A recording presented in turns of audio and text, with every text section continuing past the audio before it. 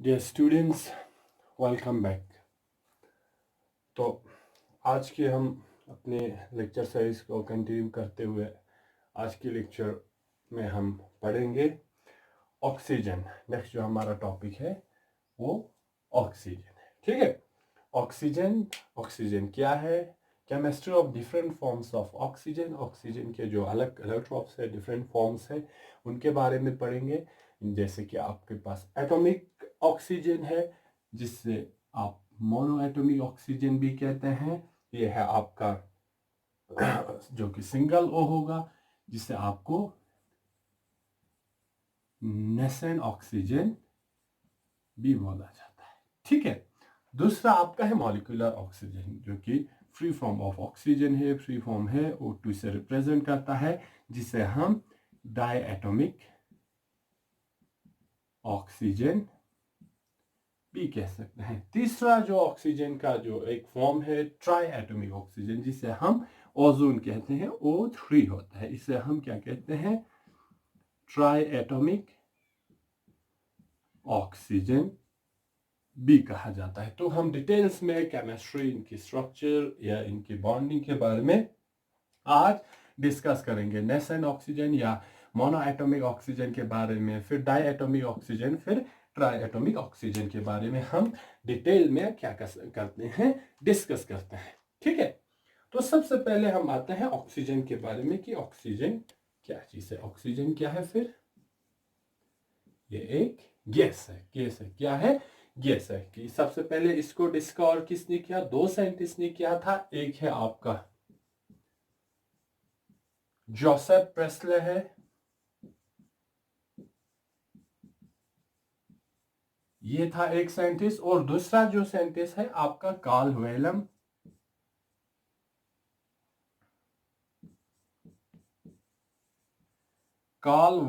शेलर है। ये दो साइंटिस्ट थे जिन्होंने ऑक्सीजन की डिस्कवर इंडिपेंडेंटली। दोनों की मेथड लगभग सिमिलर था। जोसेफ प्रेस्ले और कार्ल वेलम शेलर ने आपकी क्या किया था? इस ऑक्सीजन की डिस्कवर किया था। ठीक है, ये ऑक्सीजन क्या चीज है? ये आपका, अगर आप यहां से केमिस्ट्री पॉइंट ऑफ व्यू से देखें तो सबसे पहले ये आपका है ग्रुप 16 फैमिली का है, और पीरियोडिक टेबल में, पीरियोडिक टेबल में अगर आप ऑक्सीजन की पोजीशन देखें तो ये आपका ग्रुप 16 का फैमिली मेंबर है। ठीक है, ग्रुप 16 में आपका कौन कौन सा होता है? आपका ऑक्सीजन आता है। ठीक है, ये आपका फर्स्ट मेंबर है ऑक्सीजन। इसके बाद आपका सल्फर आता है, सिलीनियम आता है, आपका क्या आता है? टेलेरियम आता है, टेलेरियम, एंड आपका फाइनली पोलोनियम आता है। ये सब आपका है, ये जो 4-5 एलिमेंट है, ये आपका ग्रुप 16 का एलिमेंट है, जिसमें ग्रुप 16 का जो फर्स्ट मेंबर है वो क्या है? आपका ऑक्सीजन है। Oxygen, sulphur, selenium, टेलेरियम and polonium, ये जो 5 एलिमेंट है वो आपका क्या है? पीरियोडिक टेबल में ग्रुप 16 में पाया जाता है। ठीक है, इनको और क्या कहा जाता है? इनको आप क्या कहते हैं? चैल्कोजेन भी कहते हैं। इन जो ये ग्रुप 16 एलिमेंट्स को आप चैल्कोजेन भी कहा जाता है। ठीक है, क्यों कहते हैं? क्योंकि ये मैक्सिमम जो एलिमेंट है वो क्या है? और फॉर्मिंग एलिमेंट है। ये जो मैक्सिमम एलिमेंट है, इसमें मेनली अगर आप ऑक्सीजन और सल्फर की बात करें तो ये मैक्सिमम और फॉर्म में आपको पाया जाता है। तो इसलिए ये जो ग्रुप 16 एलिमेंट को हम चैल्कोजेन के नाम से भी जाना जाता है। ठीक है, तो ये हुआ आपकी पीरियोडिक टेबल में आपके ऑक्सीजन की पोजीशन कहां पे है और ये किस फैमिली को बिलोंग करता है। ठीक, अब आते हैं, सबसे पहले हम डिस्कस करते हैं आपकी ऑक्सीजन के बारे में कि ऑक्सीजन की प्रिपरेशन कहां से होता है।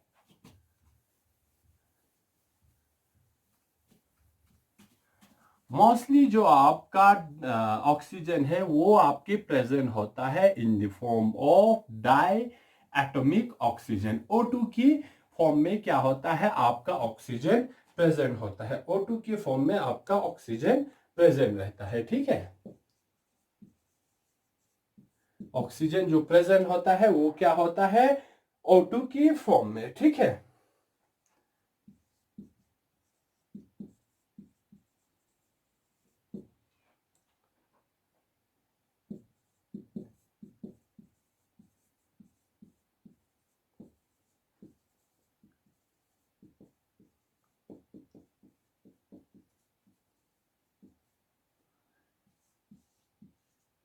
जो ऑक्सीजन होता है वो आपकी फ्री फॉर्म में प्रेजेंट होता है एज डायटोमिक ऑक्सीजन, जिसे हम क्या करते हैं O2 से रिप्रेजेंट करता है ये। तो यहां पे आपका ये क्या है, it is the most abundant element, सबसे अबंडेंट एलिमेंट क्या है आपका O2 है, ठीक है। तो ये अगर इसकी कंपोजिशन देखें तो ये अप टू आपकी by volume up to 20.9% by volume आपकी एटमॉस्फेयर में इतना प्रेजेंट होता है, या अगर आप बाय वेट देखें तो आपका 20% बाय वेट आपकी कहाँ रहता है, एटमॉस्फेयर में प्रेजेंट रहता है। कहाँ रहता है, एटमॉस्फेयर में इतना कंसंट्रेशन आपकी क्या है, ऑक्सीजन प्रेजेंट रहता है। बाय वॉल्यूम ये आपकी 20.9% है और बाय वेट आपका लगभग 20% आपकी एटमॉस्फेयर में इतना ऑक्सीजन अवेलेबल रहता है, प्रेजेंट रहता है, ठीक है। दूसरा हम देखें तो ये हमारे लिए सबसे इंपॉर्टेंट गैस है। अगर आपके पास ऑक्सीजन अवेलेबल नहीं होगा तो आपका कोई लाइफ सस्टेन होने का कोई भी चांस नहीं रहता है। और ये जो ऑक्सीजन की सबसे जो ज्यादा सिंथेसिस होता है या हमें ऑक्सीजन रिलीज होता है वो ज्यूरिंग फोटोसिंथेसिस। ज्यूरिंग फोटोसिंथेसिस क्या रहता है,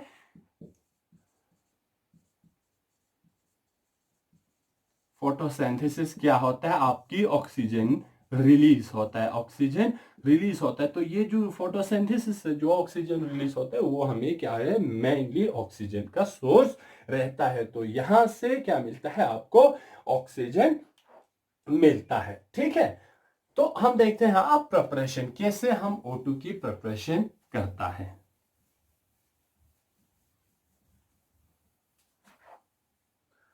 सबसे पहले हम देखेंगे आप प्रिपरेशन कैसे करते हैं। प्रिपरेशन जो है, अगर आपको ऑक्सीजन की प्रिपेयर देखें तो अगर आप कोई भी ऑक्साइड्स को अगर आप हीट करते हैं तो वहां से आपको क्या मिलेगा, आपको ऑक्सीजन मिलेगा। Most of the oxide up on heating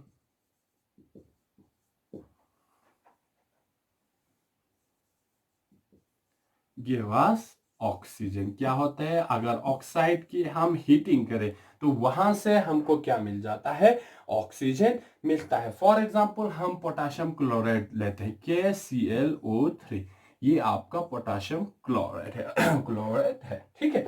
तो KClO3 को जब आप हीट करते हैं तो यहां से आपको मिलता है KCl पोटेशियम क्लोराइड प्लस आपका ऑक्सीजन बाहर आता है, ऑक्सीजन बाहर आता है, ठीक है। तो यहां पे बैलेंस करते हैं 3O2, तो यहां से आपको मिलेगा 2KClO3 O2 KCl, ये आपका क्या है, पोटेशियम क्लोराइड है। तो जब आप पोटेशियम क्लोराइड को आप हीट करते हैं तो वहां से आपको क्या मिलता है, एक पोटेशियम क्लोराइड मिलता है और दूसरा आपको यहां से क्या मिलता है, आपको ऑक्सीजन मिलता है। उसी तरह सिल्वर ऑक्साइड देखते हैं Ag2O। सिल्वर ऑक्साइड को जब आप हीट करते हैं तो यहां से आपको जब हीट करेंगे तो आपको क्या मिलेगा, एक तो सिल्वर मिलेंगे, इसके साथ आपको क्या मिलेगा, ऑक्सीजन मिल जाएंगे, ठीक है, ऑक्सीजन मिल जाएंगे। तो 2O2 4Ag। तो यहां से भी आपको क्या मिल जाएगा, जब आप सिल्वर ऑक्साइड को हीट करेंगे तो यहां से भी आपको क्या मिल जाएगा, ऑक्सीजन मिल जाएंगे। उसी तरह देखते हैं मरकरी ऑक्साइड है HgO, जब आप इसको हीट करेंगे तो आपको क्या मिल जाएगा, यहां से मरकरी मिल जाएंगे और आपको क्या मिल जाएगा, O2 मिल जाएंगे। क्या मिलेगा, 2HgO। जब आप हीट करेंगे तो मरकरी और आपको O2 यहां से मिल जाएंगे, ठीक है।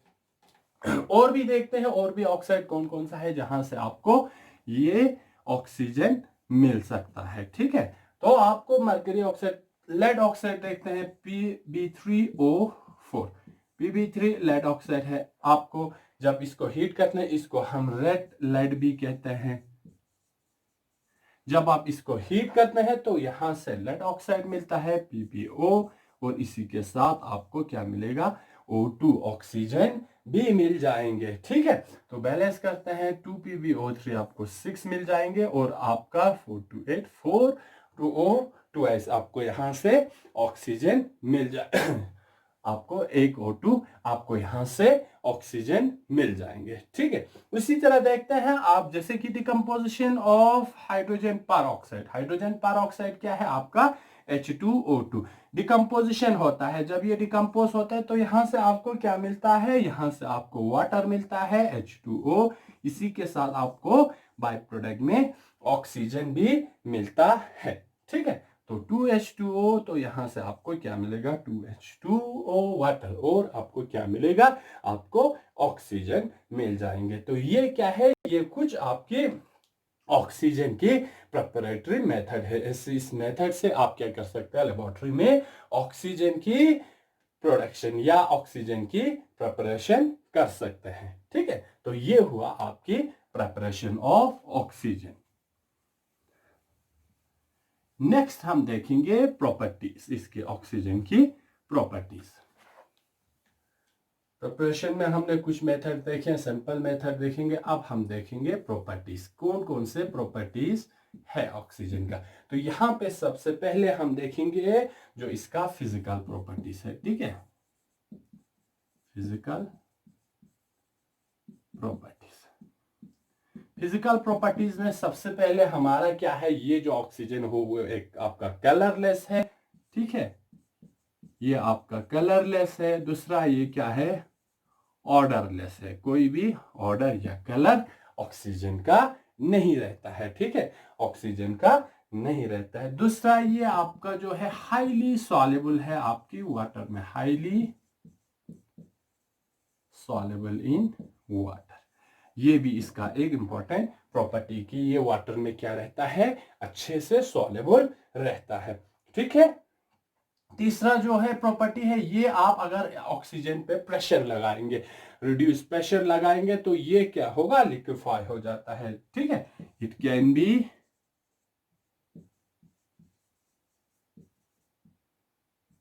Liquefied under pressure. अगर आप इस पे प्रेशर लगाएंगे तो ये क्या हो जाएगा, लिक्विफाई हो जाएगा। ये क्या हो जाएगा, आपका लिक्विफाई हो जाएगा। ये इसका और एक फिजिकल प्रॉपर्टी है। तो और प्रॉपर्टी देखें तो ऑक्सीजन का हमारे पास क्या है, 3 आइसोटॉप्स है, स्टेबल आइसोटॉप्स है। ऑक्सीजन हैव 3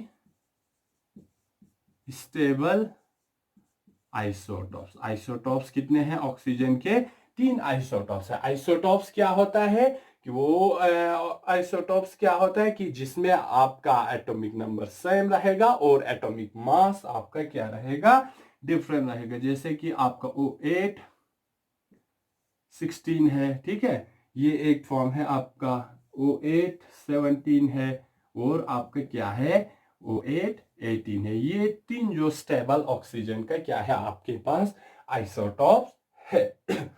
अब देखते हैं कि जो इसका सबसे इंटरेस्टिंग जो आपका O2 का प्रॉपर्टी रहता है कि ये जो O2 है ये is paramagnetic in nature. Oxygen क्या है आपका, पैरामैग्नेटिक है। बहुत इंटरेस्टिंग है कि अगर हम देखेंगे, पिछले लेक्चर में हमने देखा कि जितने भी जो इवन इलेक्ट्रॉन्स सिस्टम रहता है, क्योंकि इनमें क्या रहता है, pairing of electron possible. Pairing of electron क्या रहता है, पॉसिबल रहता है। तो ये सब क्या हो जाता है, आपका डाया मैग्नेटिक बन जाता है। क्या बन जाता है, आपका डाया मैग्नेटिक। अगर हम O2 की केस देखें तो O2 में क्या है, एक ऑक्सीजन में हमारा 8 इलेक्ट्रॉन है, 2 में क्या हो जाएगा आपका 8 into 2 is 16 इलेक्ट्रॉन। मींस ये 16 इलेक्ट्रॉन मींस ये क्या है, आपका इवन इलेक्ट्रॉन सिस्टम है। तो इवन इलेक्ट्रॉन सिस्टम होने से क्या होना चाहिए था आपका ये, क्योंकि यहाँ पे पैरा पॉसिबल है तो ये डायमैग्नेटिक होना चाहिए। ठीक है, डायामैग्नेटिक होना चाहिए, लेकिन होता क्या है, ये O2 डायमैग्नेटिक नहीं होता है, लेकिन ये पैरामैग्नेटिक होता है। पैरामैग्नेटिक कैसे होगा? फिर यहाँ पे क्वेश्चन उठता है कि ये जो 16 इलेक्ट्रॉन है, इसमें इवन इलेक्ट्रॉन सिस्टम है, पेयरिंग पॉसिबल है, तो ये पैरामैग्नेटिक कैसे बन जाए? ठीक है, यहाँ पे ये इंपॉर्टेंट है कि ये इसका पैरामैग्नेटिक नेचर का राज क्या है, पैरामैग्नेटिक कैसे बनता है। ये हम फिर जो हमारा मॉलिक्यूलर ऑर्बिटल थ्योरी जो कि आपने पढ़ा होगा 11th में या बीएससी फर्स्ट सेमेस्टर में, तो वहां से क्या हो जाता है कि मॉलिक्यूलर ऑर्बिटल थ्योरी आपकी इस O2 की पैरामैग्नेटिक नेचर को सक्सेसफुली एक्सप्लेन करता है कि ये जो ऑक्सीजन है, O2 है, इवन इलेक्ट्रॉन सिस्टम होने के बावजूद भी ये आपका पैरामैग्नेटिक नेचर क्यों शो करता है, वो हम अभी जब इसका क्या करेंगे, इसका जब हम स्ट्रक्चर हम डिस्कस करेंगे, वहां मैं आपको बता दूंगा कि इसका पैरामैग्नेटिक नेचर होना कैसे ये पैरामैग्नेटिक बन जाता है। ठीक है, वो अभी हम जब इसका स्ट्रक्चर डिस्कस करते हैं तो वहां पे मैं आपको बता दूंगा कि ये पैरामैग्नेटिक नेचर क्यों है। ठीक है, तो ये कुछ इसका आपको क्या मिल जाता है, फिजिकल प्रॉपर्टीज मिल जाता है। अब हम देखते हैं कुछ केमिकल प्रॉपर्टीज की, ऑक्सीजन का केमिकल प्रॉपर्टीज क्या क्या है, फिर हम आते हैं बाद में इन पे कि ये कैसे इनका जो डिफरेंट फॉर्म्स बन जाता है वो हम देखेंगे। फिर हम डिस्कस करते हैं केमिकल प्रॉपर्टीज। केमिकल प्रॉपर्टीज में अगर हम देखें तो ये ऑक्सीजन जो है बेस्ट सपोर्टर है आपकी कंबशन का। जहां भी अगर आप देखेंगे, आपने बचपन से देखा होगा कि जहां भी ऑक्सीजन मिल जाते हैं, ऑक्सीजन क्या रहता है, आपकी कंबशन को, आग की कहीं अगर लग जाता है तो उसको क्या करता है, सपोर्ट करता है। तो ये ऑक्सीजन क्या है, ऑक्सीजन इज बेस्ट सपोर्टर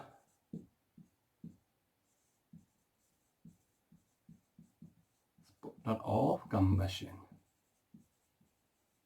सबसे जो इंपॉर्टेंट इसकी केमिकल प्रॉपर्टी क्या है कि ये कंबशन का बेस्ट सपोर्टर है, कि ये कंबशन को क्या करता है, आप इसमें सपोर्ट करता है। दूसरा केमिकल देखते हैं, इसका रिएक्शंस जो होता है विद मेटल। मेटल के साथ ये कैसा रिएक्शन दिखाता है, तो हमने देखा कि जो आपका एक्टिव मेटल रहता है, मोस्ट जो आपका रिएक्टिव मेटल रहता है, वो ऑक्सीजन के साथ मिलके क्या बनाता है, ऑक्साइड बनाता है। फॉर एग्जांपल आपका सोडियम है Na+O2, आपका क्या बनाता है, Na2O, सोडियम ऑक्साइड बनाएगा 2Na2O, आपका क्या बनाएगा 2Na2O, ऑक्सीजन यहाँ पे क्या आएगा, बैलेंस करने से 4 सोडियम प्लस O2 आपका सोडियम ऑक्साइड बनाएगा।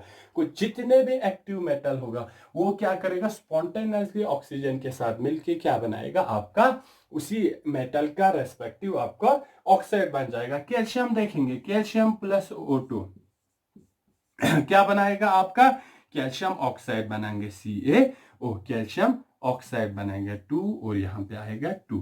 कैल्शियम जब आप ऑक्सीजन के साथ मिलता है तो क्या बनाता है, आपका कैल्शियम ऑक्साइड। उसी तरह मैग्नीशियम देखते हैं, जब मैग्नीशियम ऑक्साइड ऑक्सीजन के साथ मिल जाता है तो वहां पे क्या बनाएगा, आपका magnesium oxide 2Mg+O2 will give you 2MgO। आपको क्या मिलता है, यहां से मैग्नीशियम ऑक्साइड मिल जाता है। ये आप किसकी बात कर रहे हैं कि जो एक्टिव मेटल है, जो हाईली रिएक्टिव मेटल्स है उनके साथ। अगर जो लेस रिएक्टिव मेटल होता है उनके साथ क्या करना होगा आपको, कि इन रिएक्शंस को पॉसिबल करने के लिए, इन दोनों के बीच में रिएक्शन करने के लिए आपको क्या करना होगा, थोड़ा हीट करना होगा। ठीक है, अगर आपको with less reactive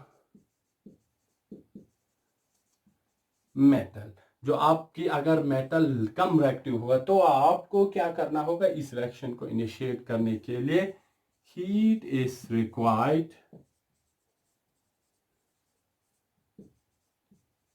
initiate the reaction. Reaction को करने के लिए क्या होगा, आपको हीट की जरूरत होगा। फॉर एग्जांपल देखते हैं, आपका अल्युमिनियम है Al+O2, जब अल्युमिनियम ऑक्सीजन के साथ मिल जाता है तो आपको क्या मिलेगा, Al2O3, अल्युमिनियम ट्राइऑक्साइड मिलेगा। ठीक है, 4Al प्लस आपका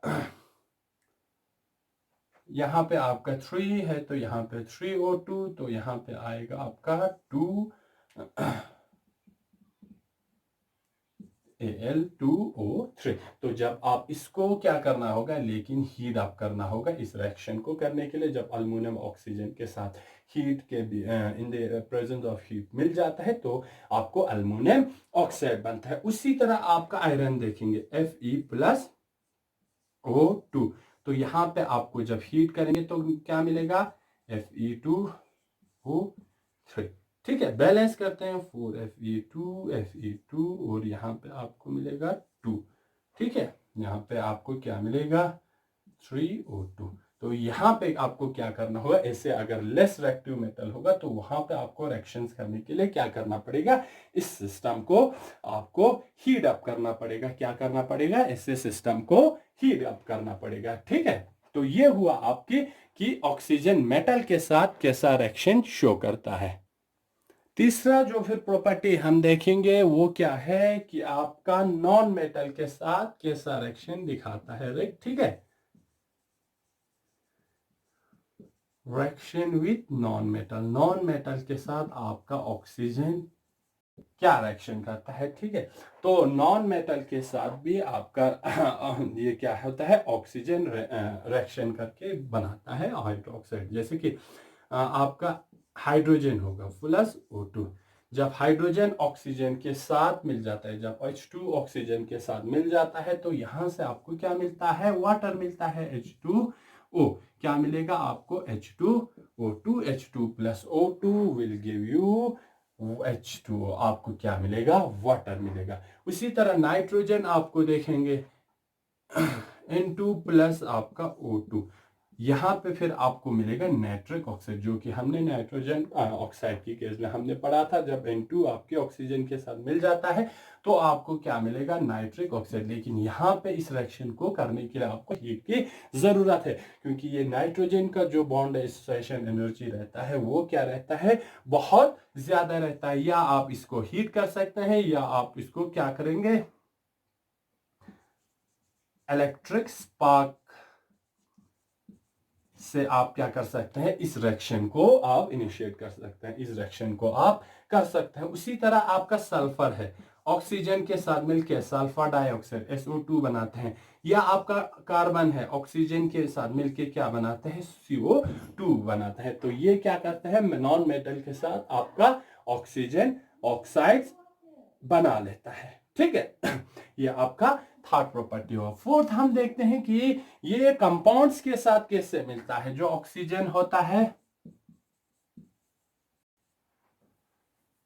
रिएक्शन ऑफ, ऐसे लिखते हैं हम,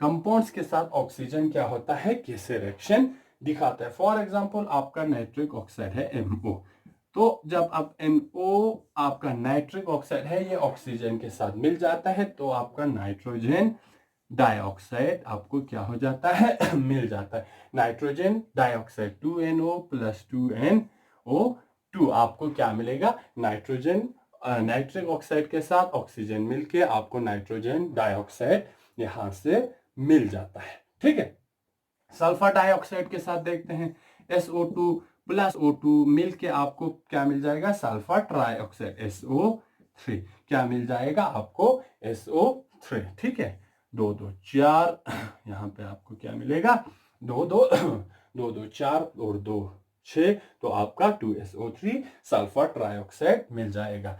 देखते हैं और एमोनिया के साथ, जैसे कि हमने ओसवाल्ड प्रोसेस नाइट्रिक एसिड की सिंथेसिस में देखा कि क्या होता है, यहाँ पे कैटालिटिक ऑक्सीडेशन रहता है, आपके एमोनिया का नाइट्रिक ऑक्साइड बन जाता है, फिर वहां से फर्दर आपको क्या मिल जाता है, नाइट्रिक एसिड मिल जाता है। तो यहाँ क्या होता है, एमोनिया रिएक्ट होता है ऑक्सीजन के साथ, तो यहाँ पे आपको एक तो नाइट्रिक ऑक्साइड बनाता है, इसके साथ आपको क्या बनाता है, H2O, वाटर यहां से आपको रिलीज होता है। In the presence of either rhodium या आपका प्लेटिनम कैटलिस्ट के प्रेजेंस में ये रिएक्शन आपका क्या है हो जाता है। अमोनिया की कैटालिटिक ऑक्सीजन ऑक्सीडेशन से आपको नाइट्रिक ऑक्साइड और आपका वाटर मिलता है। देखते हैं 4 और 5 यहाँ पे 4NO एंड 6H2O आपका ये क्या है बैलेंस्ड रिएक्शन है। तो यहाँ पे हम ये भी देखते हैं कि कंपाउंड्स के साथ क्या रहता है, ऑक्सीजन आपका रिएक्शन दिखा सकता है। ठीक है, तो ये आपका है कुछ केमिकल और ये केमिकल प्रॉपर्टीज है ऑक्सीजन के कि ये कंपाउंड्स के साथ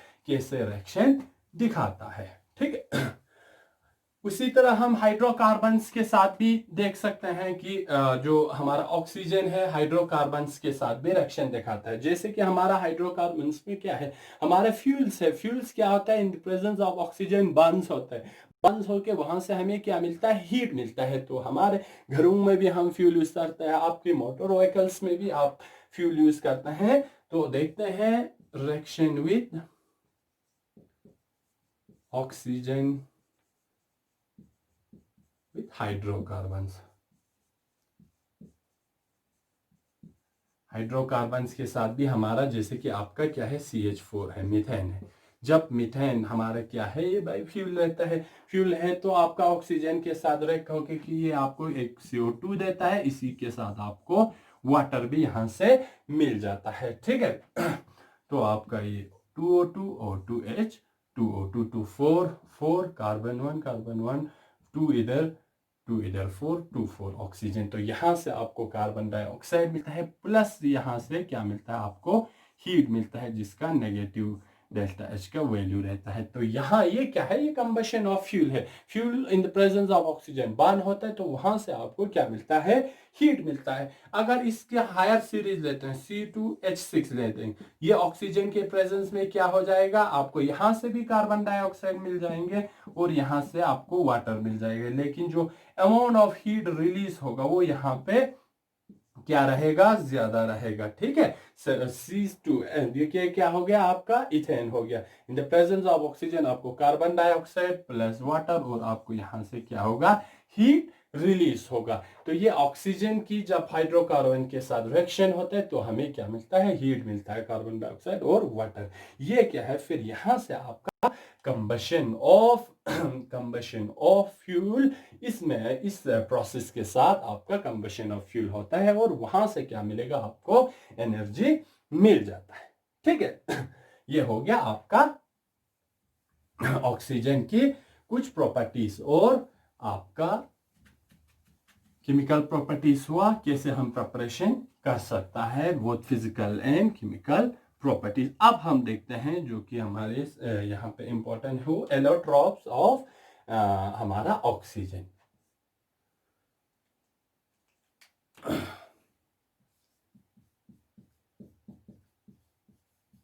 यहां पे हम देखेंगे कि जो एलोट्रॉप्स है ऑक्सीजन का क्या है।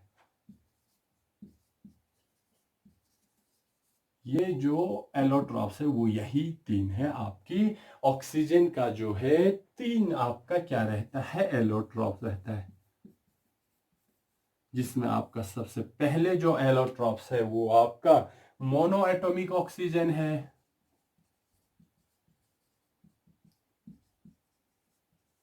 दूसरा जो है आपका डायएटॉमिक ऑक्सीजन है।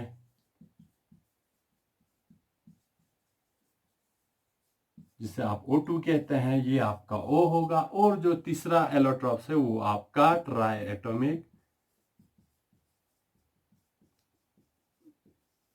ऑक्सीजन, जिससे क्या O3 है। ये जो 3 है इंपॉर्टेंट है, यहाँ पे डिस्कस करते हैं एलोट्रॉप्स ऑफ ऑक्सीजन। हमारे पास 3 इंपॉर्टेंट एलोट्रॉप्स ऑफ ऑक्सीजन है, जिसमें हमारा मोनो एटॉमिक ऑक्सीजन है, हमारा डाई एटॉमिक ऑक्सीजन है और हमारा ट्राई एटॉमिक ऑक्सीजन है। ये आपका क्या है, स्टेबल फॉर्म ऑफ ऑक्सीजन होता है, जो कि मोस्टली आपका फ्री फॉर्म ऑफ ऑक्सीजन रहता है।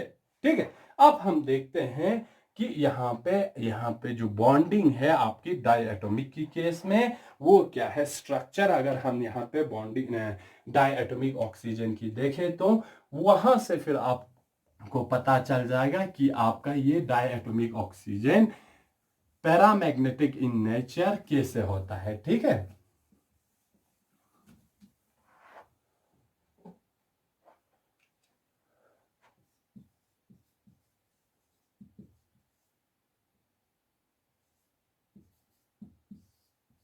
O2 में बॉन्डिंग कैसे होता है, ठीक है। अब देखेंगे कि ये जो ऑक्सीजन में जो हम नॉर्मल देखते हैं बॉन्डिंग, यहां पे क्या होगा, अगर हम ल्यूइस डॉट स्ट्रक्चर से देखें तो हमारा क्या होगा, ऑक्सीजन एक है, ठीक है। ऑक्सीजन का इलेक्ट्रॉनिक कॉन्फ़िगरेशन देखें तो 1s2 2s2 2p4, ठीक है, 8 आता है इसमें नंबर ऑफ इलेक्ट्रॉन। तो ये क्या है, आपके इलेक्ट्रॉनिक कॉन्फ़िगरेशन है। तो यहां से हम देखें तो अगर वैलेंस इलेक्ट्रॉन की बात करते हैं तो 6 हमारे पास वैलेंस इलेक्ट्रॉन है, 1 2, ठीक है, 1 है, 2 है, 3 4 5 6। एक ऑक्सीजन के पास आपका 6 इलेक्ट्रॉन है, ठीक है। दूसरा जो ऑक्सीजन आएंगे उनके पास क्या है, 6 इलेक्ट्रॉन है, 1 2 3 4 5 6। तो क्या होगा आपका, यहां से अगर हम डायएटॉमिक ऑक्सीजन की अगर बॉन्डिंग देखें तो लीवाइस डॉट स्ट्रक्चर से, तो आपका ऐसा एक स्ट्रक्चर बन जाएगा, ठीक है।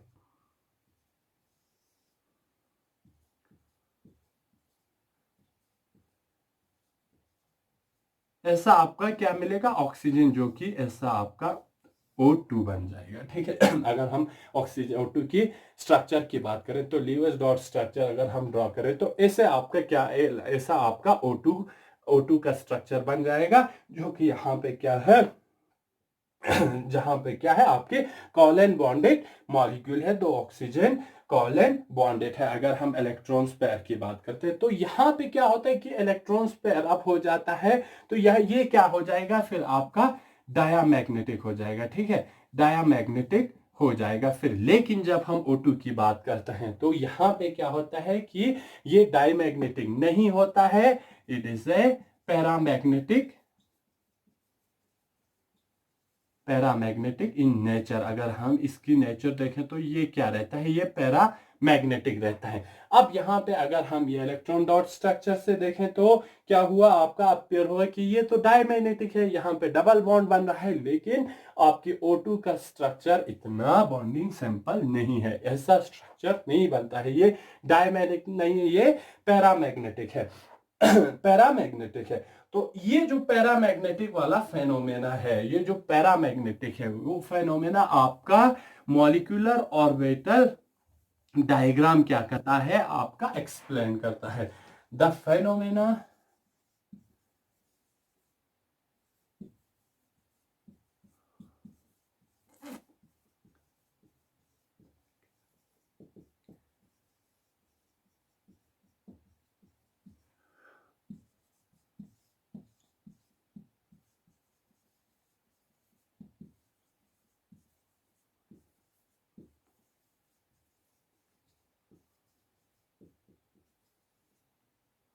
ये आपका मॉलिक्यूलर ऑर्बिटल थ्योरी क्या करता है, एक्सप्लेन करता है। Molecular orbital theory, the phenomena of paramagnetic behaviour of O2 is explained bye molecular orbital theory. अब हम इसका मॉलिक्यूलर ऑर्बिटल डायग्राम बना के आपको समझाता है कि कैसे आपका ये जो आपका O2 है वो डायमैग्नेटिक नेचर होता है। देखते हैं मॉलिक्यूलर ऑर्बिटल, जब हम किसी मॉलिक्यूल का बनाते हैं, ठीक है, तो सबसे पहले क्या होगा, आपका जो 1s ऑर्बिटल होगा आपकी दोनों ऑक्सीजन से, ठीक है। एक ऑक्सीजन इधर होगा, एक ऑक्सीजन इधर होगा, इन दोनों के बीच में क्या होगा, आपका मॉलिक्यूलर ऑर्बिटल डायग्राम बनाते हैं हम दूसरे कलर से देखते हैं। ये आपका एक ऑक्सीजन है, ये आपका ऑक्सीजन है, ये दोनों मिलके आपको यहाँ पे क्या बनाएगा, मॉलिक्यूलर ऑर्बिटल्स बनाएंगे। Atomic orbital of this oxygen and this oxygen will combine to form molecular orbital. तो सबसे पहले हमारा जो एटॉमिक ऑर्बिटल्स होगा वो क्या होगा, वो हमारा 1s ऑर्बिटल है, ठीक है। दोनों ऑक्सीजन का क्या है, आपका 1s ऑर्बिटल, 1s ऑर्बिटल है दोनों का। ये दोनों मिलके आपको क्या बनाएगा, एटॉमिक ऑर्बिटल्स बनाएंगे, एक बॉन्डिंग एक एंटी बॉन्डिंग, ठीक है। एक आपका सिग्मा 1s बनेंगे, ये आपका anti bonding sigma star 1s, ठीक है। अब 1s में आपका दोनों में क्या है, दो दो इलेक्ट्रॉन है, 1s दोनों का कंप्लीट है तो टोटल आपका 4 इलेक्ट्रॉन रहेगा, ठीक है। तो यहां दो इलेक्ट्रॉन, यहां दो इलेक्ट्रॉन, ये आप हम बात कर रहे हैं 1s की, ठीक है। इसके बाद सिमिलरली आपका क्या आएगा, 2s ऑर्बिटल्स आएंगे, ठीक है। 2s ऑर्बिटल का एक ऑक्सीजन और दूसरा ऑक्सीजन का 2s ऑर्बिटल बन के आपका मॉलिक्यूलर ऑर्बिटल बन जाएंगे, ठीक है। ये आपका 2s ऑर्बिटल है। ये दोनों मिलके आपका सिग्मा 2s ऑर्बिटल और सिग्मा स्टार 2s, ये आपका बॉन्डिंग है। सिग्मा स्टार वाला आपका क्या है, एंटी बॉन्डिंग ऑर्बिटल है। यहां भी आपका दो दो इलेक्ट्रॉन दोनों में प्रेजेंट है, ठीक है। तो यहां भी आपको क्या आएगा, यहां भी आपका 4 इलेक्ट्रॉन है, यहां भी 2 इलेक्ट्रॉन और 2 इलेक्ट्रॉन। ये आ कहां से रहा, ये आपकी ऑक्सीजन की इलेक्ट्रॉनिक कॉन्फ़िगरेशन से 1s2 2s2 2p4 आता है। तो ये दोनों तो कंप्लीट हो गया, 1s और 2s, ये दोनों मिलके आपको क्या बना दिया, एक आपका बॉन्डिंग ऑर्बिटल 1s में सिग्मा और एंटी बॉन्डिंग, 2s आपका बॉन्डिंग और एंटी बॉन्डिंग। अब आपका बचता है p ऑर्बिटल, p ऑर्बिटल बचता है। तो यहाँ पे ये एक ऑक्सीजन का, ये एक है, तो यहाँ एक ऑक्सीजन का p ऑर्बिटल ऐसे आएगा जिसमें क्या है आपका px py pz, आपका 2px है, 2py है, वो 2pz है। उसी तरह दूसरे अभी क्या आएगा, दूसरे आपका जो ऑक्सीजन होगा उसका भी 2px 2py, इसको हम यहां पे बनाते हैं 1s, इसको मिटा देते हैं, ठीक है, उसको हम नीचे बनाएंगे। तो यहाँ पे 2s नीचे आएंगे, फिर 1s ये हुआ, ठीक है। इसी तरह 2s का जो हमने इधर बनाया है, आप आता है 2p का। यहाँ पे एक ऑक्सीजन का आपका 2p आएंगे जो कि 2px होगा, 2py होगा और 2pz होगा। इसी तरह यहाँ पे आपका दूसरा ऑक्सीजन का होगा, ठीक है, 2px 2py 2pz, ठीक है। ये आपका एक ऑक्सीजन है, ये आपका दूसरा ऑक्सीजन है। ये दोनों मिलके आपको यहाँ पे क्या बन जाएगा, मॉलिक्यूलर ऑर्बिटल बन जाएगा, ठीक है। तो मॉलिक्यूलर ऑर्बिटल डायग्राम में जहां से भी आपका क्या हो जाता है, 14 इलेक्ट्रॉन से आगे चला जाता है, क्योंकि यहाँ 8 एक में है, 2 में आपको 16 इलेक्ट्रॉन आएगा। टू यो सिग्मा 2p x वाला ऑर्बिटल है वो आपका नीचे आ जाता है, ठीक है। ये आपका एक ऑर्बिटल आएंगे, ये आपका बन जाएगा आपका सिग्मा 2px, ये आपका फिर सिग्मा 2py सिग्मा 2pz, ये सिग्मा नहीं होगा, ये आपका क्या रहेगा, पाई 2px और पाई 2pz रहेंगे, ठीक है। तो यहां से ये ऐसा बन जाएगा मॉलिक्यूलर ऑर्बिटल डायग्राम। और क्या रहेगा, इसका एंटी बॉन्डिंग भी बन जाएगा, ठीक है। तो जितना बॉन्डिंग नीचे आता है, तो ये आपका पाई स्टार 2py या पाई स्टार 2pz, इसका एंटी बॉन्डिंग बनेंगे आपका sigma 2pz, sigma star 2pz। तो ये इसका एंटी बॉन्डिंग रेस्पेक्टिव क्या बन जाएगा, एंटी बॉन्डिंग, ये इसका बॉन्डिंग, ये इसका एंटी बॉन्डिंग, ये बॉन्डिंग, ये आपका एंटी बॉन्डिंग मॉलिक्यूलर ऑर्बिटल बन जाता है, ठीक है। तो अब देखेंगे तो 2p ऑर्बिटल है में हमारा कितना है, 4 इलेक्ट्रॉन है, 1 2 3 4। इस तरह यहां भी क्या आएगा, 1 2 3 4, 4 इलेक्ट्रॉन है, ठीक है। तो अगर इलेक्ट्रॉन फिलअप की बात करें मॉलिक्यूलर ऑर्बिटल ऑर्बिटल में, तो क्या रहता है, हमारे जो लोअर एनर्जी के ऑर्बिटल्स रहते हैं वो फिल्ड होता है, फिर हमारा एंटी बॉन्डिंग ऑर्बिटल में चला जाता है। तो आपके पास 1 2 3 4 इधर 4 इधर 8 इलेक्ट्रॉन है। तो यहाँ एक ऑर्बिटल है तो 2 इलेक्ट्रॉन आएंगे सबसे कम एनर्जी में, फिर इसके बाद यहाँ एक जाएंगे, ठीक है। ये दोनों डिजेनरेट है तो यहाँ एक चला जाएगा, 1 2 3 4, फिर यहाँ पैर ऑफ हो जाएंगे, 1 2 3 4 5 6, ठीक है। बचा कितना, 2। अब यहाँ पे क्या है, जो आपका एंटी बॉन्डिंग ऑर्बिटल है, पाई स्टार 2py और पाई स्टार 2pz, ये दोनों डिजेनरेट है तो अकॉर्डिंग टू आपका हर्ट्ज रूल के हिसाब से यहाँ पे जो डिजेनरेट ऑर्बिटल है उनमें क्या हो जाएगा, सिंगल इलेक्ट्रॉन की ऑक्यूपेशन हो जाए, मैक्सिमम मल्टीप्लिसिटी की ओर चला जाएगा अकॉर्डिंग टू हर्ट्ज रूल। ये कहाँ पे क्या आ जाता है, हर्ट्ज रूल फॉलो हो जाता है। हंस रूल फॉलो होने से आपका क्या हो जाता है, जो एंटी बॉन्डी मॉलिक्यूलर ऑर्बिटल में आपका जो इलेक्ट्रॉन है वो अनपेड रहता है। यहां पे फिर क्या रहा, आपका दो जो इलेक्ट्रॉन है वो अनपेड रहता है। अनपेड रहने से जहां अनपेड इलेक्ट्रॉन होगा तो वहां पे क्या बन जाता है, फिर ये पैरा मैग्नेटिक बन जाता है। और यही जो है पैरामैग्नेटिक आपकी जो कि बॉन्डिंग यहाँ पे इवन इलेक्ट्रॉन सिस्टम है, इवन इलेक्ट्रॉन हमने देखा है कि वो डायमैग्नेटिक रहता है, लेकिन जब हमने इसके मॉलिक्यूलर ऑर्बिटल ड्रॉ किया तो वहां से हमें पता चला कि ये जो मॉलिक्यूलर ऑर्बिटल डायग्राम से कि यहाँ पे अनपेड इलेक्ट्रॉन रहता है। तो अनपेड इलेक्ट्रॉन की वजह से क्या हुआ, हमारा जो इसे थोड़ा ऊपर लिखते हैं सिग्मा 2px, तो क्या हो जाता है, अनपेड इलेक्ट्रॉन रहने से हमारा जो O2 मॉलिक्यूल है वो पैरामैग्नेटिक बन जाता है, पैरामैग्नेटिक बन जाता है। ठीक है, तो यहां पे अनपेड इलेक्ट्रॉन रहने से हमारा ये पैरामैग्नेटिक बन जाता है। अब देखते हैं, अब जो हमारा ये O2 है इसका पैरामैग्नेटिक नेचर तो हमें समझ में आ गया कि ये पैरामैग्नेटिक क्यों हुआ, क्योंकि यहाँ पे क्या होता है, यहाँ पे हमने देखा कि यहाँ पे अनपेड इलेक्ट्रॉन रह रहा है। अब ये जो लिक्विड फॉर्म में हमारा जो ये रहता है इसका प्रॉपर्टी देखते हैं। लिक्विड जो O2 है, गैसेस फॉर्म में क्या हो जाता है, ये वाला जो O2 है वो कलरलेस रहता है, लेकिन लिक्विड O2 क्या रहेगा, आपका पेल ब्लू कलर रहता है। इसे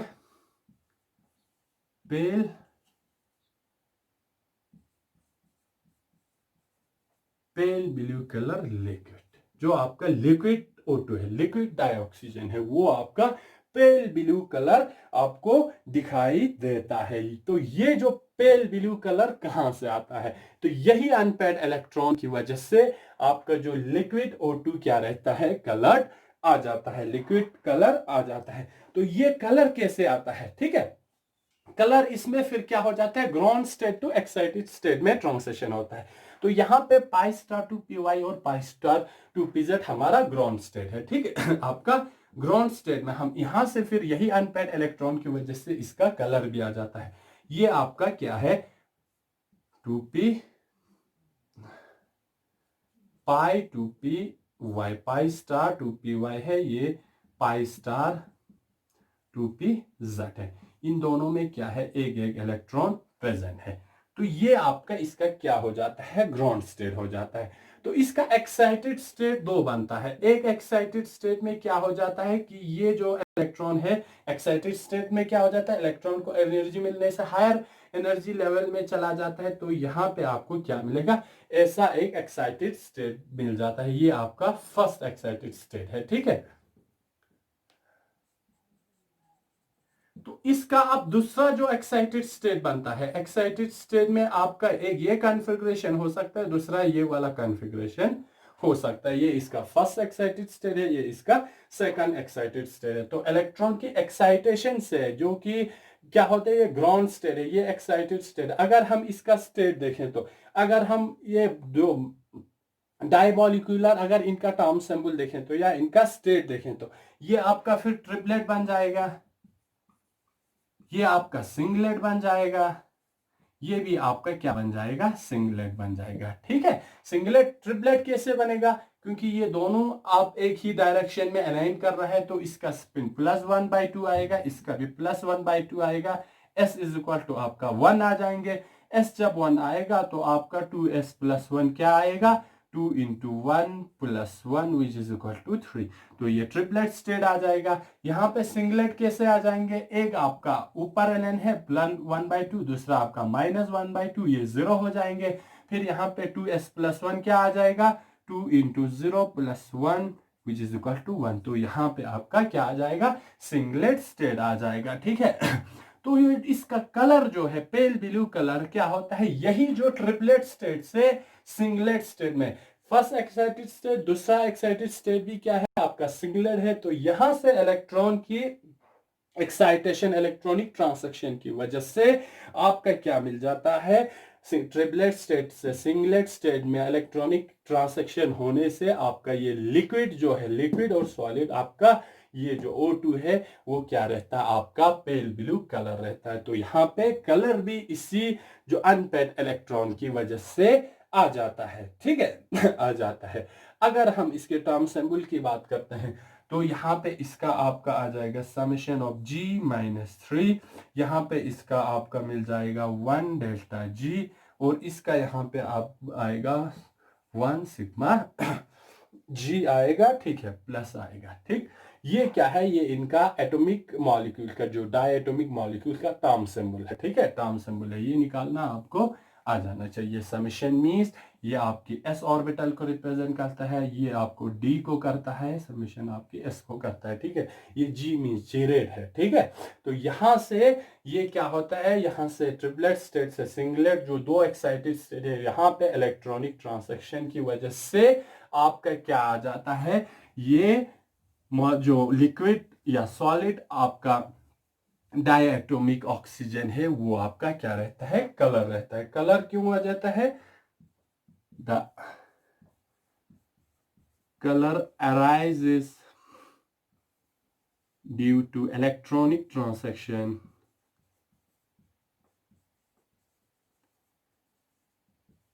यहां पे क्या हो रहा है, इलेक्ट्रॉनिक ट्रांसैक्शन हो रहा है, कहां से,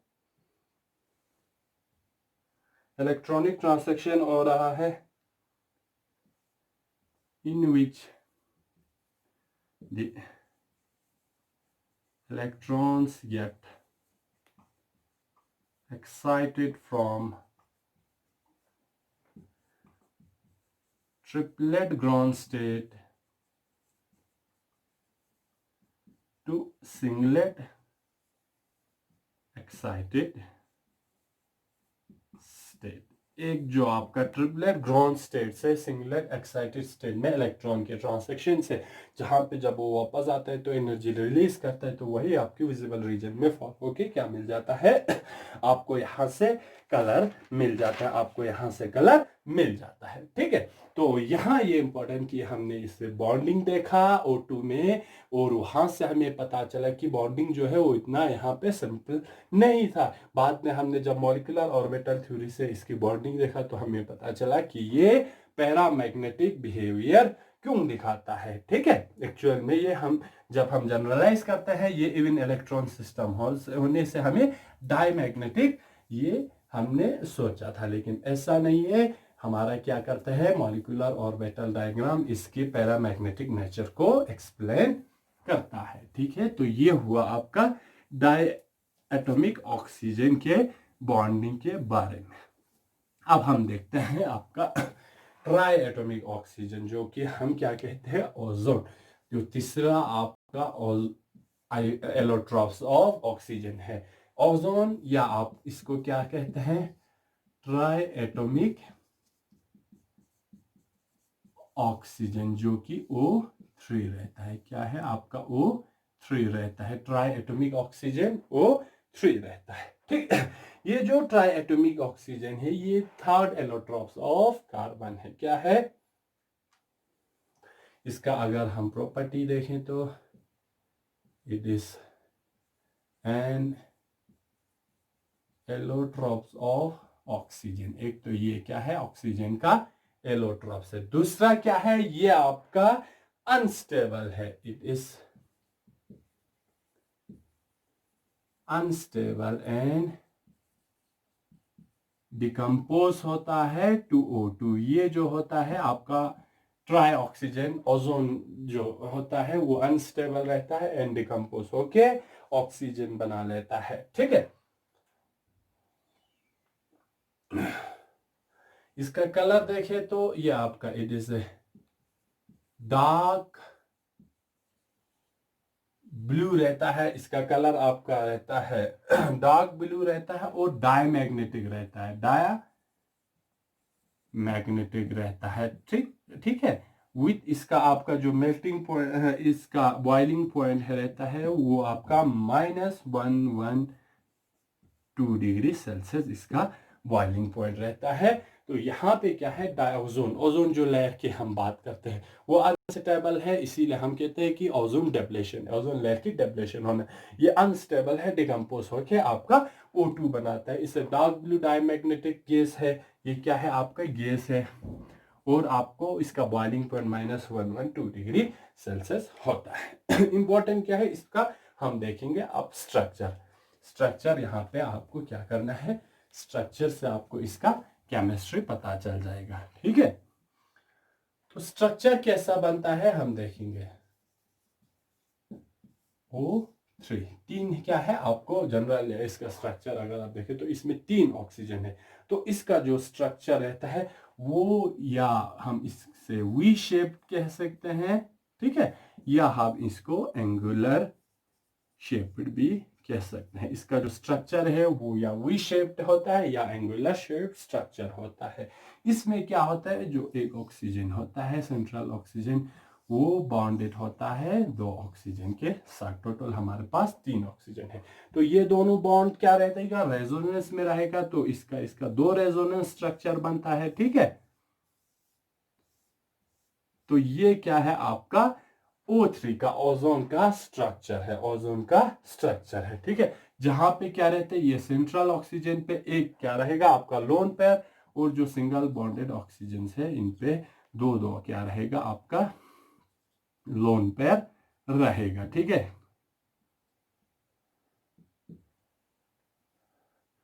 क्या रहेगा, क्योंकि ये रेजोनेंस में चला जाएगा, तो यहां पे क्या रहेगा आपका लोन पेयर ऑफ इलेक्ट्रॉन रहेगा। इनमें क्या होता है, जो बॉन्ड एंगल की जब हम बात करें, बॉन्ड एंगल बिटवीन O ये जो ऑक्सीजन ऑक्सीजन ऑक्सीजन, तो ये वाला बॉन्ड एंगल की बात हम करें तो ये आपको 116.48 डिग्री के अराउंड रहता है, ठीक है। किसकी बात कर रहा है, O के बीच का जो बॉन्ड एंगल है, और ये ऑक्सीजन और ऑक्सीजन के बीच का जो बॉन्ड लेंथ होता है वो होता है इन दोनों और ये दोनों ऑक्सीजन के बीच में, ये आपको अराउंड 128 एंगस्ट्रॉम रहता है। इन दोनों जो ऑक्सीजन के बीच का जो बॉन्ड लेंथ है कांस्टेंट है, तो ये आपका 1.28 एंगस्ट्रॉम रहता है, जो कि क्या है इंटरमीडिएट है। ये क्या है, इंटरमीडिएट रहता है डबल बॉन्ड और सिंगल बॉन्ड के बीच में, विच इज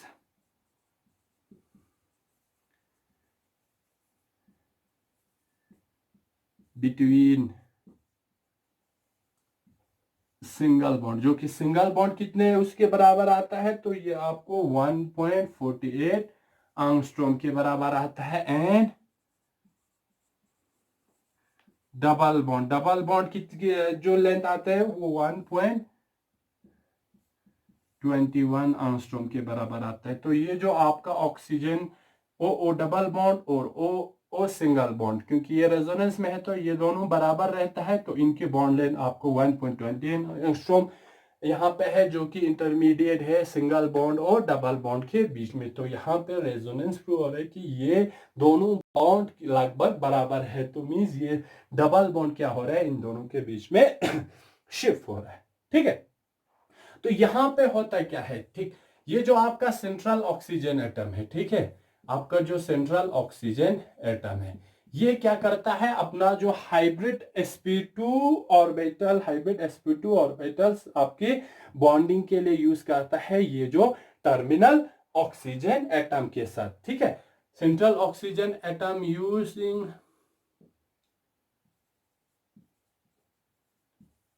sp2 ऑर्बिटल्स, ये जो सेंट्रल एटम है, सेंट्रल में जो सेंटर में है, ठीक है, ये क्या करता है, अपना sp2 हाइब्रिड ऑर्बिटल यूज करता है to bond with the terminal oxygen. Terminal oxygen के साथ बॉन्ड बनाने के लिए ये जो ऑर्बिटल है वो अपना हाइब्रिड sp2 ऑर्बिटल यूज करता है, अपना सेंट्रल ऑक्सीजन एटम, ठीक है। इसके साथ हमने देखा कि यहाँ पे जो सेंट्रल ऑक्सीजन एटम है उन पे एक लोन पेयर है, दूसरा ये जो टर्मिनल ऑक्सीजन एटम्स है, क्योंकि ये डबल बॉन्ड शिफ्ट होता है, तो दूसरा यहाँ स्ट्रक्चर का फीचर क्या है, जो हमारा सेंट्रल ऑक्सीजन एटम्स है 1 लोन पेयर है, एंड जो हमारा टर्मिनल ऑक्सीजन एटम है हैव 2 लोन पेयर। यहाँ पे 2 लोन पेयर है, ठीक है, 2 लोन पेयर है। तो यहाँ पे जो हमारा टर्मिनल और जो सेंट्रल है वहां पे एक लोन पेयर है, और जो हमारा टर्मिनल ऑक्सीजन एटम है इन पे क्या है, हमारा 2 लोन पेयर रहता है। जब जब ये 2 लोन पेयर यहाँ पे क्या होता है, इसकी वजह से हमें टोटल कितना मिलता है, यहाँ पे 2 इधर हुआ तो हमारा विच लीव्स, जिसकी वजह से हमें क्या मिलता है, 4 इलेक्ट्रॉन्स मिलता है, जो कि हमारा क्या करता है, पाई बॉन्डिंग में क्या होता है, पाई बॉन्डिंग में हमारा टेक पार्ट करने के लिए, विच leaves 4 electron for pi bonding. बाकी जो 4 इलेक्ट्रॉन यहाँ पे क्या मिलता है, हमें पाई बॉन्डिंग के लिए मिलता है। पाई बॉन्डिंग फॉर्मेशन के लिए हमें क्या मिलता है, 4 इलेक्ट्रॉन फिर यहां से मिल जाता है, फिर यहां से मिल जाता है, फिर ये जो 4 इलेक्ट्रॉन है, ठीक है। और यहाँ पे जो तीनों जो हमारा 2p ऑर्बिटल इधर यूज हुआ, जो तीनों हमारा ऑक्सीजन पे जो हमारा pz ऑर्बिटल बाकी है, the pz atomic orbital on all the 3 oxygen atom, ये जो तीनों हमारा ऑक्सीजन है 1 2 3 तीनों पे जो हमारा, क्योंकि हमने कहा sp2 ओनली 2p ऑर्बिटल हमारा बॉन्ड बनाने के लिए यहाँ पे यूज हुआ है। जो तीसरा जो हमारा pz ऑर्बिटल है तीनों ऑक्सीजन से क्या करता है, ये बनाता है फॉर्म्स, ये क्या बनाएगा, हमारा 3 मॉलिक्यूलर ऑर्बिटल, तीनों जो pz ऑर्बिटल है वो कंबाइन होके हमारा क्या बनेगा, 3 जो हमारा डिलोकलाइज्ड मॉलिक्यूलर ऑर्बिटल्स बनाएंगे, कवरिंग, जो कि कवर करेगा तीनों को, कवरिंग ऑल द 3 एटम्स, तीनों एटम्स को करते हुए इसका आपका pz ऑर्बिटल, इसका 2pz ऑर्बिटल और इसका 2pz ऑर्बिटल, तीनों मिलके आपको क्या करेगा, आपका इससे पाई आपका डिलोकलाइज्ड आपको क्या बनाएगा, मॉलिक्यूलर ऑर्बिटल बनाएंगे, जो कि तीनों आपके एटम्स को क्या कर रहा होगा, कवर कर रहा होगा, ठीक है। जिसमें क्या मिलेगा, एक आपको इसमें बॉन्डिंग मॉलिक्यूलर ऑर्बिटल मिलेंगे, एक आपको नॉन बॉन्डिंग मॉलिक्यूलर ऑर्बिटल बनेंगे, और तीसरा आपको क्या होगा, एंटी बॉन्डिंग मॉलिक्यूलर ऑर्बिटल आपको क्या हो जाएगा, फॉर्म हो जाएगा, ठीक है। ये दोनों तीनों जो ऑक्सीजन के p ऑर्बिटल्स है वो क्या करेगा, कंबाइन होके आपका 3 मॉलिक्यूलर ऑर्बिटल बनाएंगे, जिसमें आपका एक बॉन्डिंग मॉलिक्यूलर ऑर्बिटल, एक नॉन बॉन्डिंग, और तीसरा जो होगा आपका एंटी बॉन्डिंग ऑर्बिटल होगा। तो क्या होगा, यहां पे फिर जो इलेक्ट्रॉन बचा है, 4 जो इलेक्ट्रॉन हमारा पाई बॉन्डिंग के लिए बचा है, ठीक है, वो 4 इलेक्ट्रॉन क्या होगा, हमारे इस 4th पॉइंट क्या होगा, जो हमारा जो 4 इलेक्ट्रॉन यहां पे बचा था, ठीक है, जो एक लोन पेयर इधर 2 लोन पेयर टर्मिनल ऑक्सीजन पे था, यहां पे फिर हमारा 4 इलेक्ट्रॉन बचा था, वही 4 इलेक्ट्रॉन क्या करेगा, the 4 electrons will now participate will क्या करेगा, fill up this one bonding and one non-bonding molecular orbital, will fill up the one bonding molecular orbital and one non-bonding molecular orbital. यहाँ पे जो हमारे पास 3 जो pz एटॉमिक ऑर्बिटल कंबाइन होके जो 3 molecular orbital बना था, उनमें से 4 इलेक्ट्रॉन है तो 2 इस बॉन्डिंग में जाएगा, 2 इस नॉन बॉन्डिंग में जाएगा, ठीक है। वहां से फिर ये जब कवर होने से हमें क्या मिलेगा, हमें एक कंप्लीट डिलोकलाइज्ड पाई सिस्टम बनेंगे, पाई सिस्टम बनेंगे, ठीक है। एंड दस कंट्रीब्यूट 1 delocalized, इसको मैं मिटा देता हूं,